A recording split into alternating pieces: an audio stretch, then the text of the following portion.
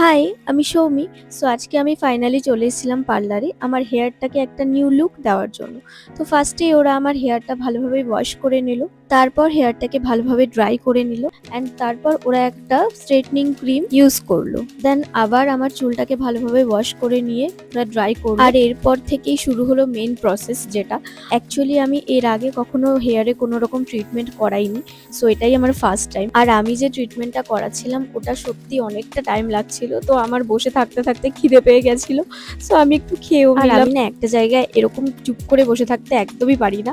আমি তো দিদিদের সাথে অনেক গল্প করে নিয়েছিলাম। আর এখানে আমার বোনও একটা হেয়ারে ট্রিটমেন্ট করাচ্ছে। আর এখানে দেখো আমার হেয়ারটাকে দেখে হয়তো তোমরা ভাবছো আমার হয়ে গেছে, বাট না, আমার হেয়ারের ফাইনাল অ্যান্ড লাস্ট স্টেপটা এবার শুরু হলো। আর এই টাইমটাতে সিরিয়াসলি আমার চুলটা একটু পেন হচ্ছিল, কিন্তু আমার এই রেজাল্টটা দেখে সিরিয়াসলি আমার সব দুঃখ কষ্ট সব চলে গেছিল। তোমরা দেখতেই পাচ্ছ আমার হেয়ারটা কতটা শাইন করছিল। আর তোমরা যদি জানতে চাও আমি কোন ট্রিটমেন্ট করেছি, কমেন্ট করো। টাটা।